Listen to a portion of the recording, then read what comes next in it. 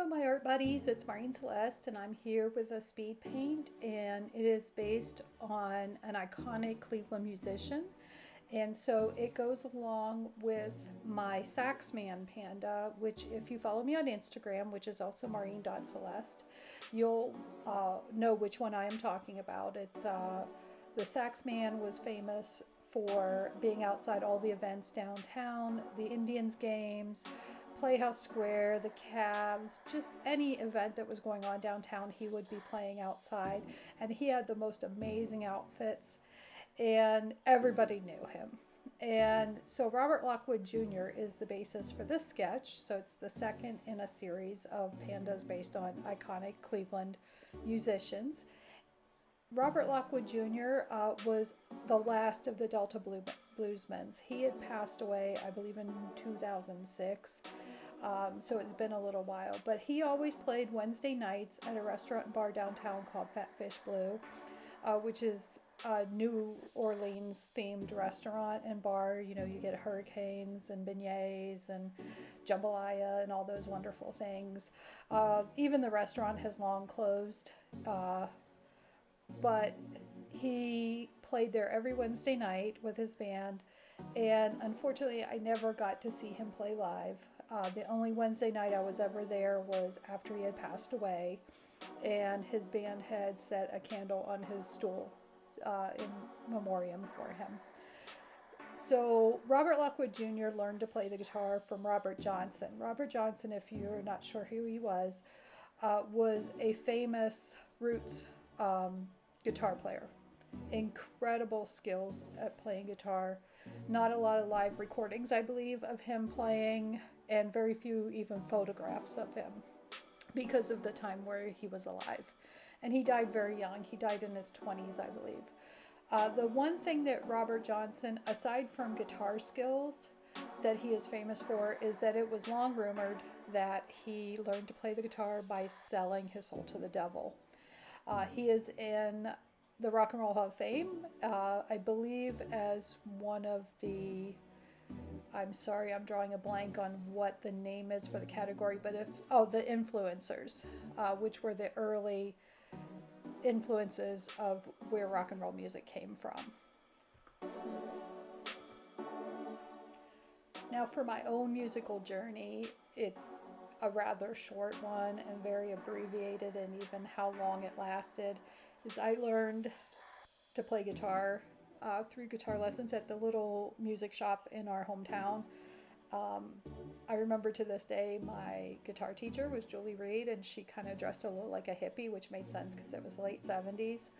And I took lessons on Saturday morning. At the same time, my older sister took piano lessons. I even remember her teacher. Her teacher was Virginia Kramer. And it's funny how I remember those two specific teachers, but if you ask me who was my teacher in 4th grade, I really don't remember. I don't have yearbooks from that time. My sisters have them, and so I have a hard time remembering who were teachers in those younger grades. You know, I remember in high school, obviously, because, you know, you kind of remember that a little better because you're older.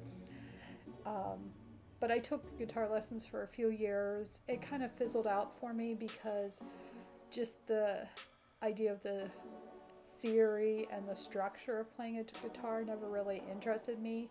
And I know a lot of people, and now I know a lot of people that have learned guitar kind of taught themselves, just like a lot of people teach themselves how to draw and paint.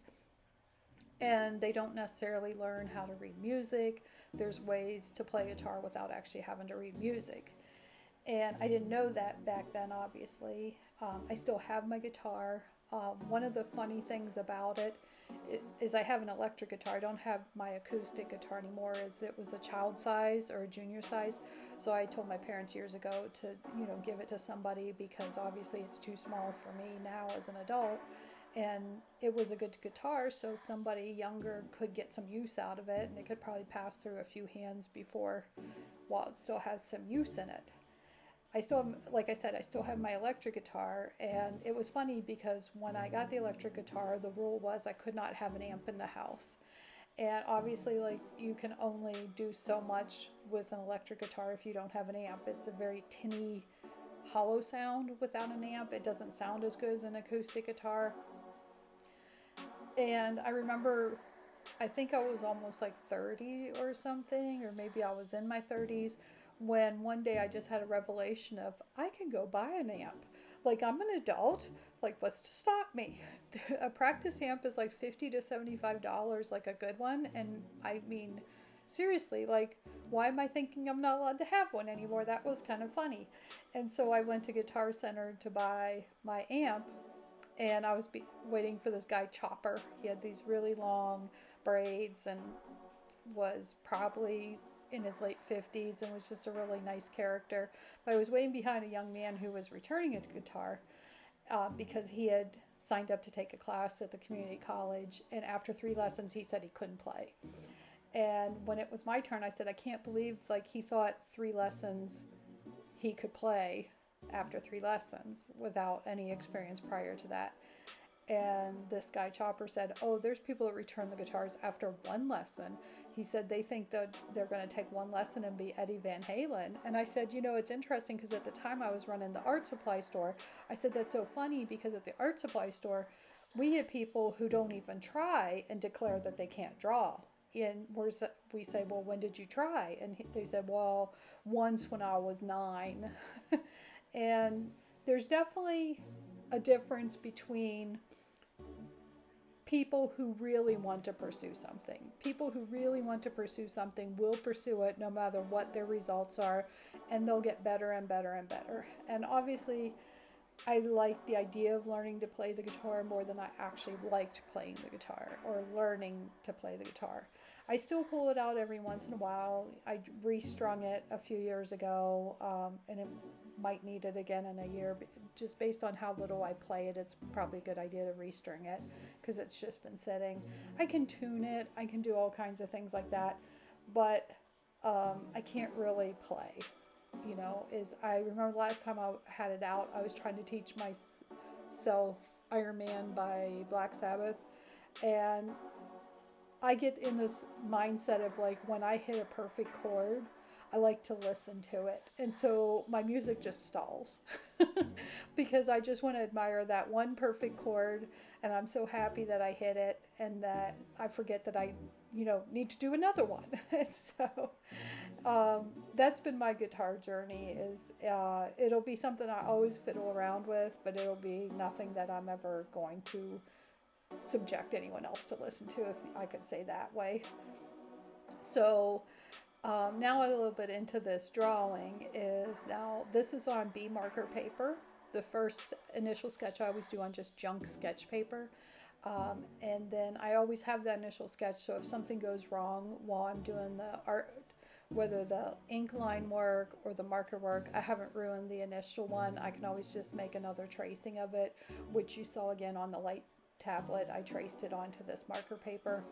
This is Copic Markers, I think almost exclusively. There might be a Studio 77 one that shows up, or an Ahuhu one that shows up that I tried to tone down the purple on the coat with to make it kind of more of like a burgundy purpley brown color.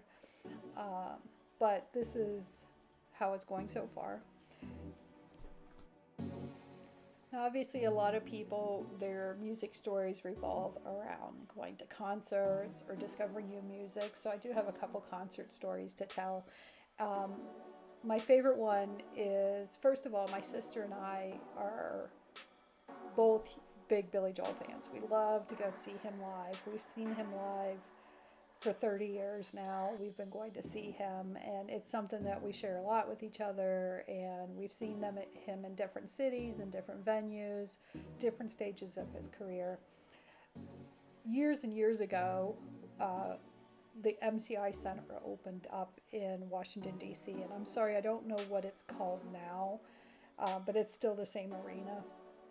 Billy Joel was going to play the show that opened the arena, and so she got us tickets, and I drove all the way to DC, which is, good part of a day for me. It takes me about 7.5, 8 hours to drive there because I have to get out and stretch my legs a couple times.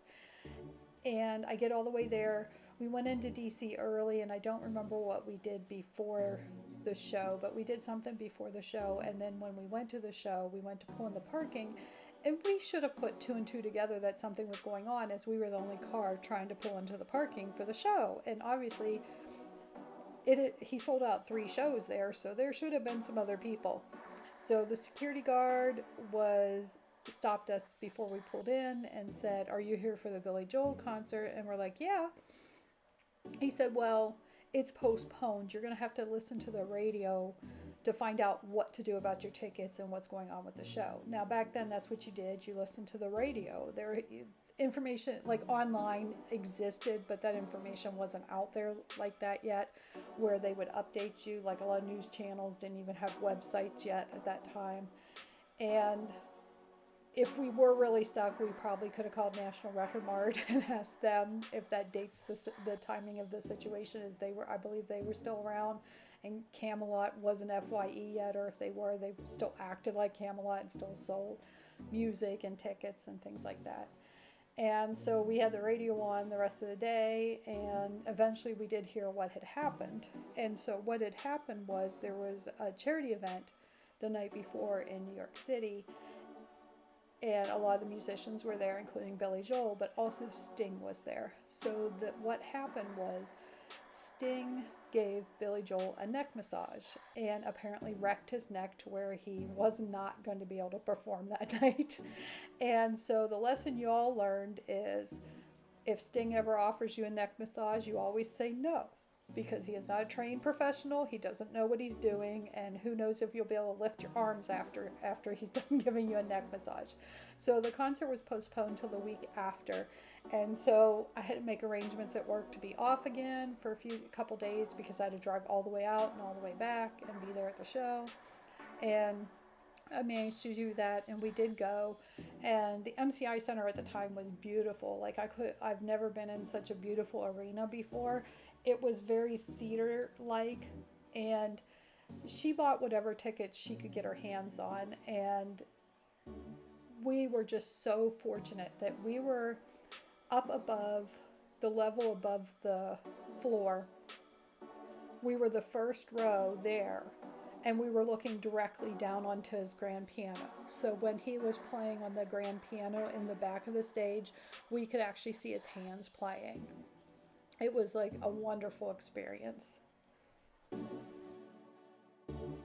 One of the other stories that always sticks in my mind is when my sister got us tickets to see John Mellencamp in Virginia in the middle of summer at an amphitheater that was so hot. And our seats in the amphitheater were right next to the soundboard. So on the soundboard, I could see the set list taped there, which was the order of all the songs they were going to play, including the break for the encore and the 2 songs they would play after the encore.